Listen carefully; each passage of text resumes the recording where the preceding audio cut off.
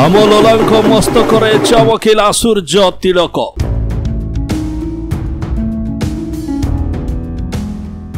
ସୂର୍ଯ୍ୟ ତିଳକର ଆଭାରେ ପ୍ରକାଶମାନ ହେଲା ପ୍ରଭୁ ଶ୍ରୀରାମଙ୍କର ଗର୍ଭଗୃହ।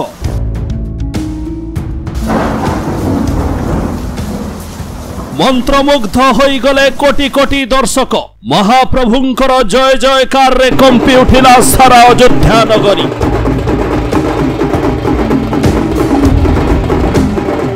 यह एक विरल दृश्य। दर्शक बंधु, अयोध्या राम मंदिर प्रतिष्ठा पूर्व आपण माने अनेक चमत्कार कथा सुनिथिबे। मात्र आज राम नवमी दिन पई जो चमत्कार घटिला तार साक्षी बनिले समस्त राम भक्त।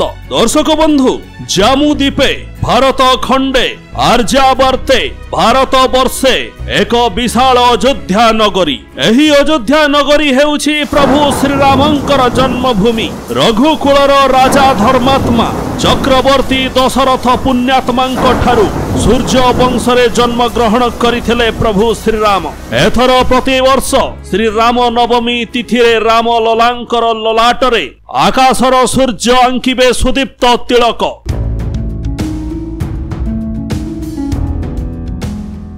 प्रतिवर्ष राम नवमी दिन सूर्य जेतेबेले मंदिरर चूड़ा उपरे थिबे सेतेबेले करिश्मा देखाइबो विज्ञान और कारीगरी। सूर्य किरणर प्रतिफलन होई गर्भगृह रे विग्रहंकर कपाळ उपरे पड़िबो। दाऊ दाऊ करी चमकिबो कपाळ।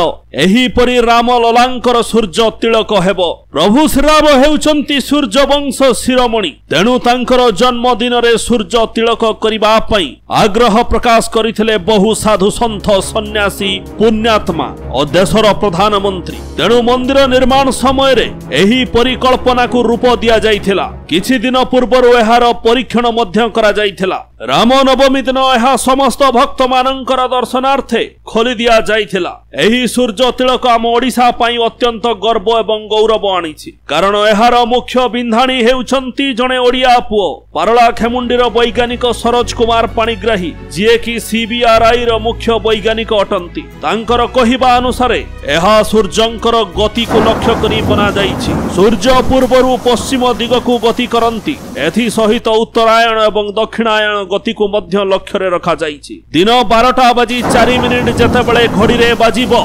सूर्य जेतेबेले ठीक मुंड उपरे रहिबे सेतेबेले ही प्रतिफलन कार्य करिबो। सेथिरे लागि रहिछि अत्यंत हाई क्वालिटी रो मिरर। सूर्य रश्मि गर्भगृह मध्य को जीव एवं 3 ରୁ 4 मिनिट समय पर्यंत सेठारे रहिबो। प्रभु श्रीरामंक कपाळ रे तिलक चमकिबो। राम नवमीर एही तिलक 3 ରୁ 4 मिनिट पर्यंत देखिबाकू मिलिबो। राम ललांकर मस्तक रे दृश्यमान हेबो 75 मिलीमीटर रो सूर्य तिलक।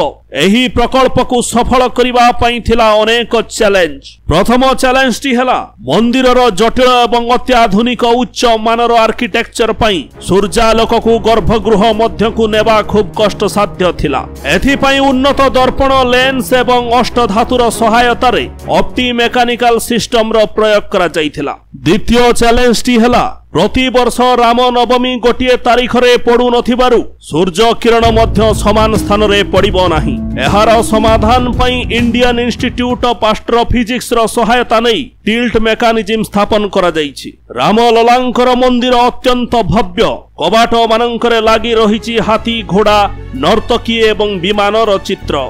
गर्भगृहर सिंहासन रे मध्य सुनार छाउनी रहिछि। सूर्य तिलक एक भिन्न प्रयास। जय श्री राम।